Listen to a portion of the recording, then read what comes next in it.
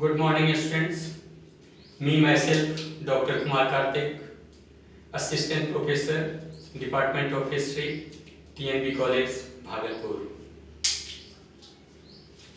Today, I am going to explain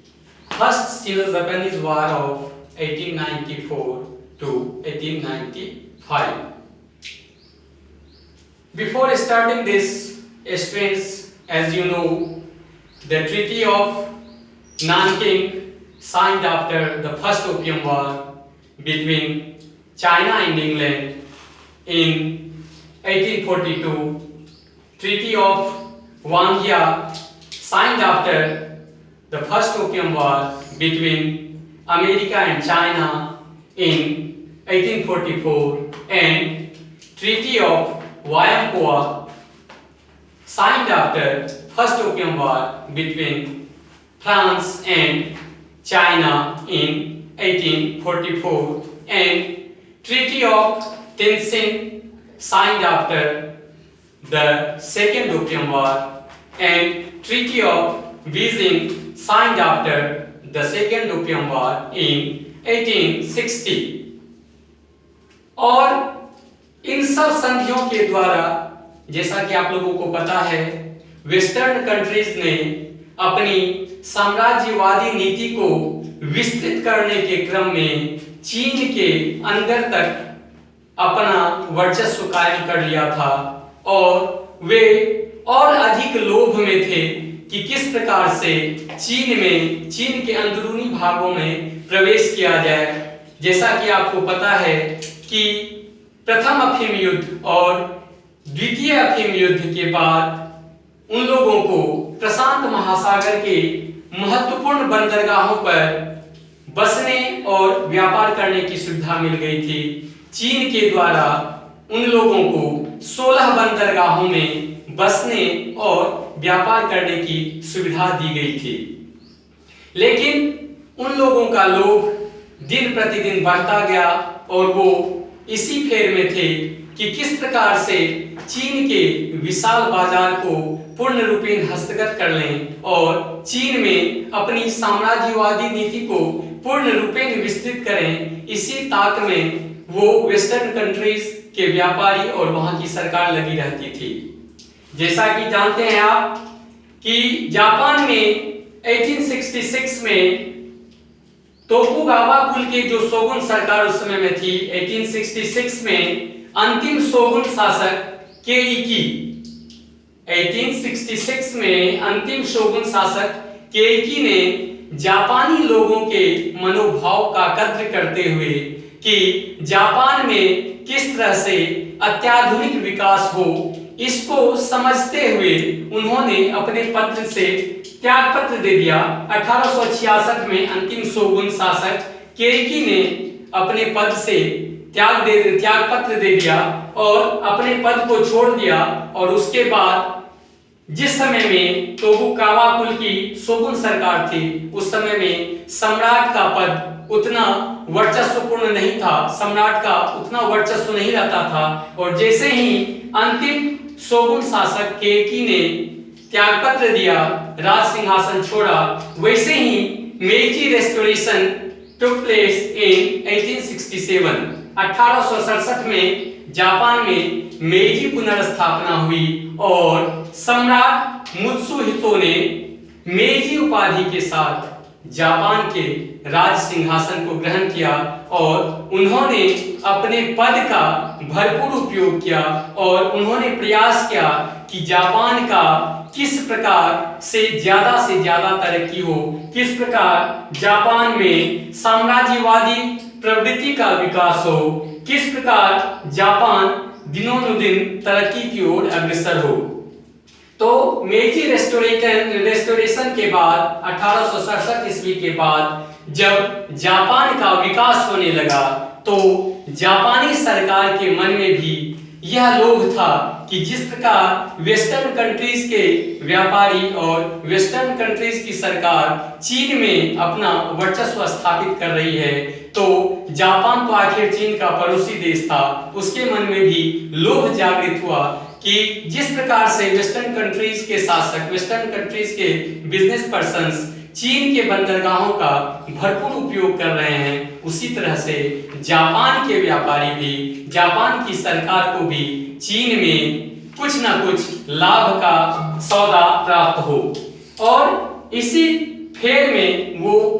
लगे रहते थे कि किस तरह से चीन के विशाल बाजार को हस्तगत किया जाए, चीन में अपनी साम्राज्यवादी नीति को विस्तृत किया जाए। डियर स्टूडेंट्स, जैसे ही मेइजी रेस्टोरेशन हुआ जापान में, उसके बाद वहां पर नया संविधान लागू किया गया, नई प्रशासनिक व्यवस्था की गई और जापान का जो है आधुनिक जापान को निर्मित करने के प्रयास जारी हुए। उस समय में मेइजी रेस्टोरेशन के बाद जापान का वेस्टर्न कंट्रीज से संपर्क बढ़ा और उन लोगों ने पश्चिमी सभ्यता संस्कृति का अनुसरण किया। वहां के ज्ञान विज्ञानों से अवगत होते हुए उन्होंने अपने आप को भी आधुनिक बनाया। और जैसा कि आपको पता है कि मेइजी रेस्टोरेशन उस समय में हुआ था जबकि सामंती व्यवस्था जो थी, शोगुन सरकार की जो व्यवस्था थी, सामंतवादी सरकार, उसका पतन होने के बाद जैसे ही सामंती व्यवस्था समाप्त हुई, वैसे ही आधुनिक जापान के निर्माण का मार्ग प्रशस्त हो गया। तो मेइजी रेस्टोरेशन के बाद जापान की सैन्य व्यवस्था सुदृढ़ हुई, वहां की प्रशासनिक इकाई सुदृढ़ हुई और वहां की सरकार ने साम्राज्यवादी नीति का अनुसरण करते हुए किसी भी तरह इस नीति को हस्तगत करना चाहते थे कि उन्हें चीन का विशाल बाजार हस्तगत हो। तो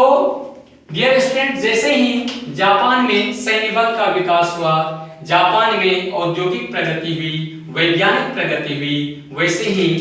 जापान की स्थिति आधुनिकता की ओर अग्रसर हुआ और उन्होंने प्रगति का मार्ग चुना। तो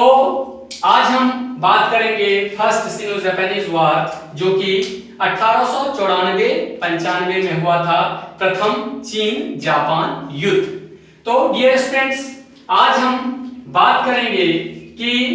प्रथम चीन जापान युद्ध के कारण क्या थे, मुख्य कारण क्या थे। तो हमें देखना होगा कि इसके प्रमुख कारणों में से अगर हम कंक्लूजन निकालें, तो सबके पीछे उनकी पृष्ठभूमि में एक ही वर्क कर रहा था, एक ही चीज काम कर रहा था कि किस प्रकार से चीन के विशाल बाजार को हस्तगत किया जाए और जापान की नजर कोरिया पर भी थी। तो पहला कारण जो है फर्स्ट सिनो जापानीज वॉर का, वो है कोरिया की स्थिति। डियर स्टूडेंट्स, उस समय में आपको पता है कि प्रशांत बंदरगाह के जो महत्वपूर्ण, प्रशांत महासागर के जो महत्वपूर्ण बंदरगाह थे, प्रशांत महासागर में अवस्थित जो प्रमुख बंदरगाह थे, उन पर पश्चिमी देशों की सरकार का आधिपत्य कायम हो गया था और वो मनमाने ढंग से वहां अपनी बस्तियां बसा रहे थे और वहां पर मनमाने ढंग से व्यापार कर रहे थे। तो कोरिया की स्थिति पर सबसे पहले हम लोग नजर डालेंगे कि कोरिया की स्थिति उस समय में क्या थी। और जैसा कि आपको पता है कि कोरिया की स्थिति चीन और जापान के मध्य में है, यानी कि कोरिया चीन और जापान के मध्य में स्थित है। और आपको पता होना चाहिए कि जापान में जो बौद्ध धर्म गया था वो चीन से कोरिया होते हुए ही जापान में गया था। इसका मतलब यही हुआ कि चीन और जापान के मध्य जो रिलेशन कायम होता था, जो संबंध बनते थे, वो कोरिया के द्वारा ही, चूंकि चीन और जापान के मध्य में कोरिया स्थित था और कोरिया का महत्व था कि अगर कोरिया को विजिट कर लिया जाए, कोरिया का बाजार हस्तगत कर लिया जाए, तो फिर चीन पर आक्रमण करना और चीन के विशाल बाजार को हस्तगत करना आसान रहेगा। तो जापानी लोगों का ध्यान सबसे पहले कोरिया पर था कि किस प्रकार से कोरिया के बाजारों को हस्तगत किया जाए। तो डियर स्टूडेंट्स, हम इस पर देखेंगे कि घटनाएं क्या क्या हुई थी। तो कोरिया की स्थिति चीन और जापान के मध्य में है और राजनीतिक दृष्टि से कोरिया में चीनी सम्राट का वर्चस्व था, यानी कि राजनीतिक दृष्टिकोण से कोरिया के लोग अपने आप को चीनी सम्राट के अधीन मानते थे, जबकि कोरिया में पृथक राजा भी राज करते थे। वो राज सिंहासन पर आसीन होते थे, लेकिन वो अधीनता स्वीकार करते थे चीनी सम्राट की। तो हर समय में राजनीतिक दृष्टि से कोरिया वो चीनी सम्राट के अधीन था और वो हर समय पर चीनी सम्राट की अनुमति से ही शासन में कोई ना कोई सुधार करता था और अपनी ओर से चीनी सम्राट को भेंट और उपहार भेजा करता था। डियर स्टूडेंट्स, आपको पता होगा कि कोरिया के जो राजा थे वो समय समय पर विशिष्ट अवसर पर चीन के सम्राट के दरबार में उपस्थित होते थे और चीनी सम्राट के निर्देशानुसार ही वो कोई भी नई नीति अपनाते थे। तो जापान के लिए ये चीज उचित नहीं प्रतीत होता था कि कोरिया पर चीन का आधिपत्य हो, चीन का वर्चस्व हो। इसलिए जापान इस मौके की तलाश में रहता था कि किस प्रकार से, किस तरह से कोरिया से चीन के वर्चस्व को समाप्त किया जाए और कोरिया को चीन के अधीन लाया जाए और कोरिया को जापान के अधीन लाया जाए और कोरिया पर जापानी वर्चस्व कायम हो। घटनाक्रम में हम देखते हैं कि कोरिया की स्थिति में ही 1875 ईस्वी में जापान का एक जहाज कोरिया के समुद्र तट के निकट पहुंचा और उस समय तक 1875 ईस्वी तक कोरिया के जो लोग थे, कोरिया के जो राजा थे, चूंकि वो चीनी सम्राट की अधीनता स्वीकार करते थे और वो नहीं चाहते थे कि दूसरे किसी राज्य के व्यापारी या दूसरे किसी राज्य के शासक उन पर अपना आधिपत्य स्थापित करे। इसलिए जैसे ही 1875 ईस्वी में जापानी जहाज कोरिया के समुद्र तट पर पहुंचा, वैसे ही कोरिया की सरकार ने उस जहाज को नष्ट कर दिया। उस समय में जापान की जनता ने जापानी शासक से कोरिया के साथ युद्ध करने का प्रस्ताव दिया कि इस केस में, जबकि उसके जहाज को, जापानी जहाज को कोरिया के तट पर डुबा दिया गया था, तो जापानी जनता ने जापानी शासक से मांग की कि कोरिया पर आक्रमण किया जाए। लेकिन यहाँ पर जापानी शासक ने कूटनीति से काम लिया और उन्होंने युद्ध नहीं छेड़ करके अपना एक दूत मंडल कोरिया भेजा। जापान के शासक ने अपने दूत मंडल को कोरिया भेजा और उस दूत मंडल ने 1876 ईस्वी में कोरिया के साथ एक संधि की। यानी कि 1876 ईस्वी में जापान और कोरिया के बीच एक संधि हुई, जिस संधि के अनुसार जापान को सियोल तथा अन्य महत्वपूर्ण बंदरगाहों में व्यापार करने की अनुमति मिली। 1876 की संधि के द्वारा जापानियों को, जापानी सरकार को कोरिया के प्रमुख बंदरगाह सियोल और अन्य कुछ बंदरगाहों पर भी व्यापार करने की अनुमति मिली। और उसके बाद आपको पता होगा कि उसके बाद एक्स्ट्रा टेरिटोरियल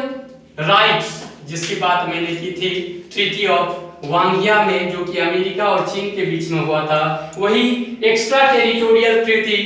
की गई जापान और कोरिया के बीच में। यानी कि सियोल तथा अन्य बंदरगाहों में जो जापानी व्यापारी निवास करेंगे वो जापानी कानून के अंतर्गत माने जाएंगे, ना कि कोरियन कानून के अंतर्गत। तो एक्स्ट्रा टेरिटोरियल राइट्स के द्वारा जापानी व्यापारियों ने सुविधा प्राप्त कर ली। उनके द्वारा किए गए फौजदारी और दीवानी मामले के मुकदमे जापानी कानून के द्वारा ही सुने जाएंगे, जापानी अदालत में ही सुने जाएंगे और जापानी कानून के द्वारा ही जापानी व्यापारियों को या जापानी लोगों को सजा दी जाएगी, ना कि कोरियन सरकार के। तो जैसे ही 1876 में संधि हुई कोरिया और जापान में, वैसे ही इनडायरेक्टली जापान ने कोरिया में कुछ न कुछ वर्चस्व प्राप्त कर लिया और इसकी देखा देखी 1882 में अमेरिका ने भी कोरिया से संधि की और अमेरिका के संधि के बाद फिर ब्रिटेन, जर्मनी, फ्रांस, रूस और इटली, इन सभी देशों ने कोरिया के साथ अलग अलग संधि की और कोरिया का बाजार अब जापानियों के अलावा, जापानी व्यापारियों के अलावा पश्चिमी देशों के व्यापारियों के लिए भी खुल गया। यानी कि अब कोरिया के बंदरगाह, कोरिया के बाजार पर जापानी व्यापारियों के अलावा पश्चिमी व्यापारियों का भी जाना सुगम हो गया। तो 1876 की संधि के द्वारा जापान ने कोरिया में अपना वर्चस्व बनाया और इस तरह से धीरे धीरे विदेशी व्यापारियों के लिए, विदेशी व्यापारियों के लिए कोरिया का द्वार खुल गया। और यहां पर एक क्वेश्चन उठता है कि कोरिया ने विभिन्न देशों के साथ संधि कैसे की, किस प्रकार कर ली, जबकि वो चीन की सम्राट की अधीनता स्वीकार करते थे। तो यहां भी मैं बता दूं आपको कि चीनी सम्राट अभी भी वही स्वर्गिक साम्राज्य के कंसेप्ट में जी रहे थे और वो कोरिया के मामले में ज्यादा हस्तक्षेप करना पसंद नहीं करते थे। कोरिया के विदेशी मामले में वो हस्तक्षेप नहीं करते थे, जिस कारण कोरिया के राजा फ्री थे कि किन किन देशों से संधि की जाए और किन देशों से नहीं। तो इस प्रकार हम देख रहे हैं कि 1876 की संधि के द्वारा जापान की जो इच्छा थी वो कुछ ना कुछ रूप में पूर्ण हुई और उन्हें कोरिया में पहुंचने का, कोरिया बाजार तक पहुंचने का मौका मिला। उसके बाद डियर स्टूडेंट्स, इसी क्रम में सियोल में जो जापान के बस्तियां थी, जापान के व्यापारियों की बस्ती थी, तो 1882 ईस्वी में सियोल में ठहरे हुए जापानी डेलीगेशन पर कोरिया के कुछ लोगों ने आक्रमण करके डेलीगेशन के अधिकारियों की हत्या कर दी। 1882 ईस्वी की यह घटना है, जबकि सियोल में जापानी डेलीगेशन पर हमला किया गया और कुछ अधिकारियों को मार डाला गया। अब 1882 के इस हमले के बाद उसने, जापान ने कोरिया पर आक्रमण करके कोरिया से भारी रकम की मांग की। चूंकि उसके डेलीगेशन के कुछ अधिकारी मारे गए थे, इसलिए जापान ने कोरिया से भारी हर्जाने की मांग की और कुछ और अधिकार वो चाह रहे थे कि धीरे धीरे कोरिया के कुछ और बंदरगाह हस्तगत किए जाए। तो कुछ और बंदरगाह की प्राप्ति के लिए उन्होंने अपनी एक सेना की टुकड़ी को सियोल भेज दिया। जैसे ही 1882 में जापानी डेलीगेशन पर आक्रमण हुआ, उसके बाद जापान को मौका मिला और उन्होंने सियोल में जापानी सेना की एक टुकड़ी भेज दी। जैसे ही जापानी सेना की टुकड़ी सियोल पहुंची, तो चीन ने भी कोरिया में शांति की स्थापना करने के लिए सेना की एक टुकड़ी भेज दी। अब सियोल में जापान की सेना भी रुकी हुई थी और चीन की सेना भी रुकी हुई थी। तो डियर स्टूडेंट, जैसा कि आपको पता है, जापान चाह रहा था कि किसी ना किसी बहाने से चीन के साथ युद्ध किया जाए। तो जैसे ही कोरिया में जापान की सैनिक टुकड़ी और चीनी सैनिक टुकड़ी पहुंची, वैसे ही दोनों सेना में झड़प हुई और ये झड़प हुई है 1884 ईस्वी में। उस समय में डियर स्टूडेंट्स, मैं बता दूं आपको कि कोरिया में भी लोगों के बीच में दो प्रकार की भावना थी। एक प्रकार के वैसे लोग थे जो चाह रहे थे कि कोरिया, जो कि अभी तक चीनी सम्राट के अंदर है, वो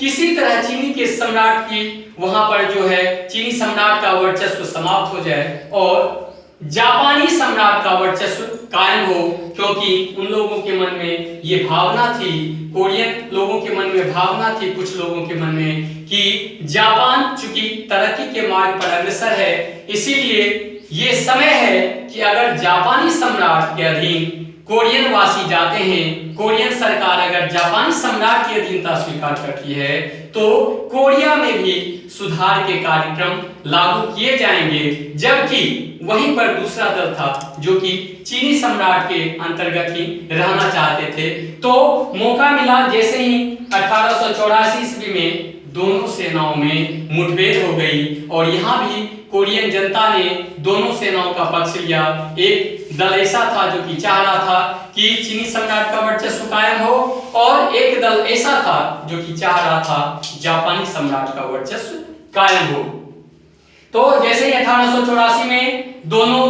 सेनाओं में मुठभेड़ हुआ, लेकिन कुछ झड़प के बाद फिर दोनों सरकार ने एक आपसी समझौता किया और 1850 ईस्वी में दोनों सेनाओं में समझौता हो गया। दोनों चीन और जापान की सरकार के बीच समझौता हो गया, लेकिन जापान के मन में अभी भी यही भावना काम कर रही थी कि किस प्रकार कोरिया को हस्तगत करते हुए चीन को हस्तगत किया जाए। इसी फेर में जापान लगा हुआ था और उसका प्लानिंग उसी के अकॉर्डिंग वर्क कर रहा था। तो उसके बाद हमने देखा कि 1885 ईस्वी में चीन और जापान में समझौता हो गया और दोनों सेनाएं वापस हो गई, दोनों देशों ने अपनी सेनाओं को वापस कर लिया। उसके बाद यहां भी क्वेश्चन मार्क है 1885 के समझौते में भी कि चीनी लोगों का कहना था कि अब इस समझौते के बाद जापान और चीन दोनों देश का अधिकार कोरिया पर समान रूप से हो गया। ये गलत है, क्योंकि कोरिया पहले चीनी सम्राट की अधीनता स्वीकार किए हुए था। तो चीनी सरकार ने अपनी सेना को कोरिया से क्यों हटा ली, इस प्रश्न पर भी चीन की लोगों में, चीन की जनता में निराशा की भावना थी और उन्होंने चीनी सरकार का विरोध किया कि जापान के साथ समझौता के बाद जापानी सेना हटना स्वाभाविक थी, लेकिन चीन ने अपनी सेना को वापस क्यों बुला लिया। तो ये कोरिया की स्थिति को देखते हुए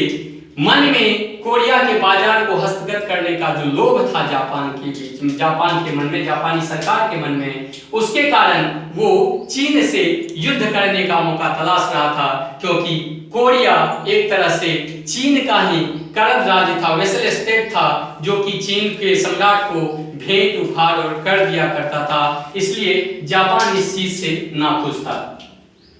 उसके बाद हम देखते हैं जापान का आर्थिक लोभ। और डियर स्टूडेंट, जैसा कि मैंने अभी तक कहा है, चूंकि जापान में औद्योगिक प्रगति हो गई थी, नए नए कारखाने खुल गए थे, तो उसके लिए भी कच्चे माल के लिए एक विशाल बाजार की आवश्यकता थी और तैयार सामानों के लिए, तैयार सामग्रियों के लिए भी एक विशाल बाजार की आवश्यकता थी। इसीलिए जापान के मन में यही था कि किस तरह से कोरिया के बाजार को और चीन के बाजार को हस्तगत किया जाए। तो जापान का आर्थिक लोभ था कि किस तरह से जापान कोरिया पर अपना आधिपत्य स्थापित कर ले। और जैसा कि आपको पता है कि मेजी रेस्टोरेशन के बाद तरक्की करने के कारण जापान की जनसंख्या में काफी वृद्धि हुई और उन जनसंख्या को खाद्यान्न की आवश्यकता थी और कोरिया, जहाँ की चावल बहुत ज्यादा उपजता था, लेकिन दुर्भाग्यवश कोरिया के चावल को निर्यातित करने पर प्रतिबंध था। तो जापान चाह रहा था कि किस प्रकार कोरिया के पर आधिपत्य करने के बाद उसके बाजार को हस्तगत किया जाए, जिससे कि बढ़ती हुई जनसंख्या को खाद्यान्न मिल सके, बढ़ती हुई जनसंख्या के लिए जो चावल की जरूरत है उसे पूरा किया जा सके। उसके बाद हम देखते हैं आर्थिक लोभ के बाद, जापान का आर्थिक लोभ, उसके बाद हम देखते हैं जापान का राजनीतिक लोभ। उस समय में रूस का प्रसार हो रहा था और रूस ने एशिया के, उत्तरी एशिया में अपना वर्चस्व बनाने के बाद दक्षिणी एशिया में अपना वर्चस्व बढ़ाने की ओर अग्रसर था और उसने कोरिया में सेना को पुनर्गठित करने के नाम पर कोरिया के लजरफ बंदरगाह पर अपनी व्यापारिक बस्ती बनाने का अधिकार प्राप्त कर लिया था और कोरिया की ओर से रूसी व्यापारियों को लजरफ का बंदरगाह और कुछ अन्य बंदरगाह भी दिया गया जिससे कि रूस कोरिया में अपना व्यापार कर सके और बदले में उसे सेना को, कोरियन सेना को पुनर्गठित करना था। तो जैसे ही कोरिया में रूसी सेना का वर्चस्व बढ़ा, रूसी व्यापारियों का वर्चस्व बढ़ा और पहले से चीनी व्यापारियों का वर्चस्व था ही, तो जापान इस दुविधा में था कि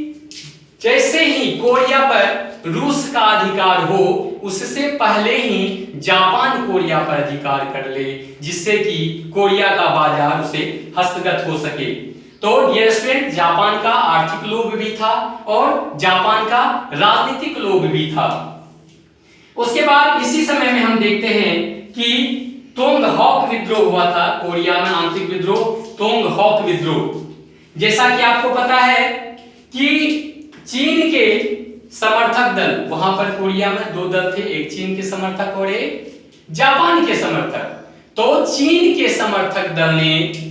कैथोलिक धर्म का विरोध करने के लिए, कैथोलिक धर्म प्रचारकों का विरोध करने के लिए 1858 ईस्वी में तोंगहॉक दल का गठन किया था। 1858 में तोंगहॉक दल का गठन किया गया था, जिसके सदस्य बुद्ध, कन्फ्यूशियस और लाओ त्से के विचारों को अपनाते थे। उनका कहना था कि कैथोलिक धर्म प्रचारों के द्वारा चीन की जो प्राचीन सभ्यता संस्कृति है, चीनी सभ्यता संस्कृति नष्ट हो जाएगी। इसलिए उन्होंने 1858 में तोंगहॉक दल का गठन किया, जो कि बुद्ध के सिद्धांत, कन्फ्यूशियस के सिद्धांत और लाओ त्से के सिद्धांत का अनुसरण करते थे। और इस तरह से कोरिया में तोंगहॉक के लोगों ने इस पर, तोंगहॉक के जो सदस्य थे, तोंगहॉक दल के सदस्यों पर कोरियन सरकार ने कुछ प्रतिबंध आरोपित किया था, जिस प्रतिबंध को हटाने के लिए तोंगहॉक दल के सदस्यों ने 1883 ईस्वी में कोरियन सरकार को पत्र लिखा कि उन पर जो आरोप गठित किया गया है, उन पर जो कुछ प्रतिबंध आरोपित किए गए हैं, उसे हटा लिए जाएं, जिससे कि उस दल का क्रियाकलाप सुचारू ढंग से कार्यान्वित हो सके। तो 1883 में उन्होंने कोरियन सरकार से आग्रह किया, लेकिन कोरियन सरकार ने इस पर कोई ध्यान नहीं दिया और जिस कारण 1894 में 1894 ईस्वी में तोंगहॉक विद्रोह हुआ और तोंगहॉक विद्रोह में दक्षिणी कोरिया के कुछ सेनाओं ने, दक्षिणी कोरिया की जनता ने भाग लिया और तोंगहॉक विद्रोह के द्वारा उन्होंने यह प्रयास किया कि कोरियन भ्रष्ट सरकार को, भ्रष्ट राजनीति को समाप्त कर दिया जाए और प्रगति के पथ पर अग्रसर हुआ जाए। तो तोंगहॉक विद्रोह जो कि 1894 में हुआ था, और जब कोरियन सरकार को लगी कि वो इस विद्रोह को दबाने में असक्षम है, समर्थ नहीं है, तो उन्होंने चीनी सरकार के पास प्रस्ताव भेजा कि चीनी सेना को भेजा जाए, जिससे कि तोंगहॉक विद्रोह का दमन किया जा सके। उसके बाद जैसे ही तोंगहॉक विद्रोह के लिए कोरियन सरकार ने, तोंगहॉक विद्रोह के दमन के लिए चीनी सरकार के पास प्रस्ताव भेजा, वैसे ही चीन ने 1500 सैनिकों की एक टुकड़ी कोरिया के लिए भेज दी। और डियर फ्रेंड्स, 1885 ईस्वी में जो चीन जापान में समझौता हुआ था, उसके अंतर्गत अगर चीन कोरिया में अपनी सेना भेजता तो उसे जापान को भी इसकी सूचना देनी पड़ती थी। तो जैसे ही चीन ने 1500 सैनिकों की टुकड़ी कोरिया में भेजी, वैसे ही जापान को सूचना दी गई और जापान ने 8000 सैनिकों की एक टुकड़ी वहां कोरिया में भेज दी। अब देखिए, कोरिया की राजधानी सियोल में दोनों देशों की सेनाएं डटी हुई थी, एक तरफ चीनी सेनाएं और दूसरी तरफ जापानी सेना। और जापान की सरकार मौका तलाश रही थी कि किस प्रकार चीन के साथ युद्ध करने का मौका मिले, चीनी सेना को पराजित किया जाए और कोरिया तथा चीन के बाजार को हस्तगत किया जाए। तो तोंगहॉक विद्रोह को दबाने के नाम पर दोनों सेनाएं वहां पर डटी रही और इसी बीच में चीन ने अपने 1500 सैनिकों की टुकड़ी को भेजा था और जापान ने 8000 सैनिकों की टुकड़ी को भेजा। और डियर स्टूडेंट्स, इस समय में मौका अनुकूल देखते हुए जापानी जंगी जहाजी बेड़े ने चीन के जंगी जहाज बेड़े पर आक्रमण किया और 25 जुलाई 1894 ईस्वी 25 जुलाई 1894 ईस्वी को जापानी जंगी जहाजी बेड़े नानीवा नामक जापानी जंगी जहाजी बेड़े ने चीन के नौसेना को रसद पहुंचाने वाली ब्रिटिश जहाजी बेड़े कसिंग पर आक्रमण करके नष्ट कर दिया। यानी कि जापानी जंगी जहाजी बेड़े नानीवा ने चीन की सेना को रसद पहुंचाने जो जा रही थी ब्रिटिश जंगी जहाज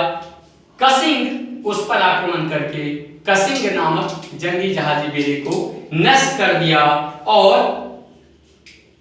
इस प्रकार जापान ने अपनी ओर से प्रयास किया कि चीन को किस तरह से उकसाया जाए कि चीन भी युद्ध की घोषणा कर ले। और धीरे धीरे जब चीनी सरकार के द्वारा